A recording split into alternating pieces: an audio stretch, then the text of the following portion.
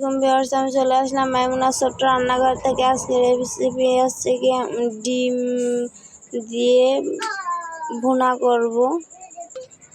আমি প্রথমেই ডিমটা একটু ভেজে নেব, তার জন্য আমি কিন্তু দিয়ে দিলাম তেল। তো আমার তেলটা দেওয়ার পরে এবার আমি দিয়ে দেব লবণ। লবণটা ডিমের ভিতরে চলে যাবে, তার জন্য আমি দিয়ে নিলাম লবণ। তো লবণটা দেওয়ার পরে এবার দিয়ে দেব আমি ডিম।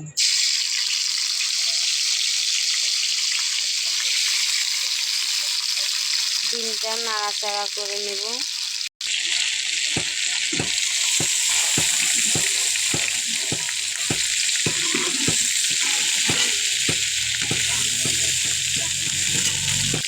আমার ডিমটা কালার আসার জন্য আমি হাফ চা চামচ দিয়ে দিলাম হলুদ গুঁড়া। তো দেখতেই পাচ্ছ আমার কিন্তু ডিমটাতে কালার চলে আসছে। এবার আমার নামিয়ে নেব ডিমগুলো। তো দেখতেই পাচ্ছ আমার ডিমটা রেডি হয়ে গেছে। এবার আমি ভুনা করতে চলে যাব। তো আমি আবার একটু তেল দিয়ে দিলাম। তো দেখতেই পাচ্ছ এবার আমি মশলাগুলো দিয়ে দেব। আমি প্রথমেই দিয়ে দেব পেঁয়াজ কুচনো এবং রসুন বাটা দিয়ে দেব।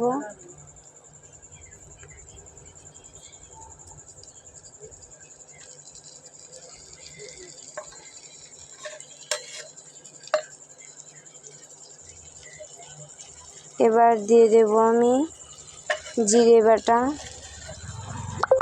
এবং ডালচিনি বাটা। এর সঙ্গে গরম মশলাও আছে। তো এবার দিয়ে দেব শুকনো মরিচ বাটা।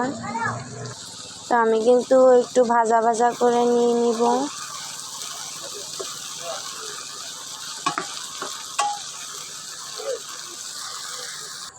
এবার দিয়ে দেব স্বাদ মতো লবণ, দিয়ে দেব পরিমাণ মতো হলুদ গুঁড়া।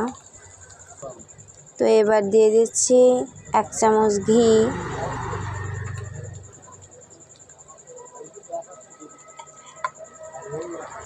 এবার কিন্তু আমি একটু নাড়াচাড়া দিয়ে নেব।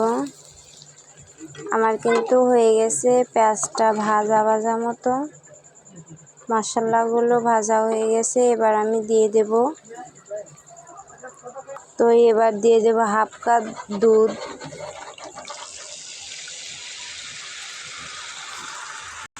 দেখতেই পাচ্ছ দুধটা দেওয়ার পরে কালারটা অনেক সুন্দর আসছে। তো দুধটা এবার সুন্দরভাবে কেটে গেলে, ফুটে গেলে আর কি, আমি দিয়ে দেব ডিম।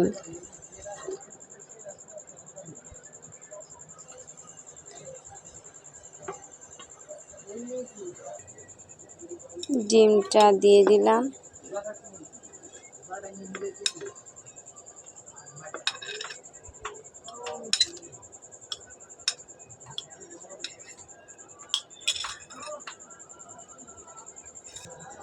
এভাবে খেয়ে তোমরা দেখতে পারো কতটা মজাদার এবং সুস্বাদু হয়। তো দেখতেই পাচ্ছ উতলাই গেছে। এবার উতলাই যাওয়ার পরে আমি কিন্তু দিয়ে দেব চিনি। চিনিটা ব্যবহার করলে কিন্তু স্বাদটা অনেক সুন্দর আসবে। তো উতলাই যাওয়ার পরে কিন্তু আমি এবার দিয়ে দেব বেলুম্বা। টক মিষ্টি হালকা ঝাল কিন্তু খুবই মজাদার হয়। তো এবার দিয়ে দেব আমি ঢাকনাটা। 10 মিনিটের জন্য ঢাকনাটা দিয়ে রাখলাম। তো ফিরে আসলাম 10 মিনিট পরে। অনেক সুন্দর হয়েছে।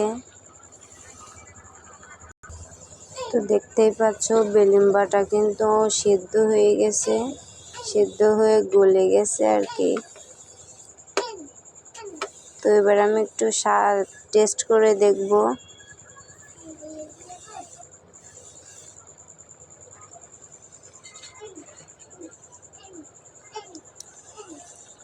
যতটা আশা করছিলাম তার থেকে বেশি টেস্ট হয়েছে।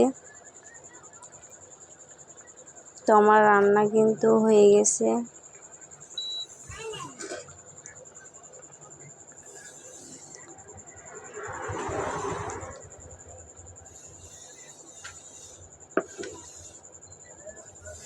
তো দেখতেই পাচ্ছ আমার কিন্তু রান্নাটা কমপ্লিট হয়ে গেছে। তো এবার আমরা খেতে যাব। আমার তো দর্শক সহ্য হচ্ছে না আর কি। তো আজকের রেসিপি এই পর্যন্তই। আসসালামু আলাইকুম।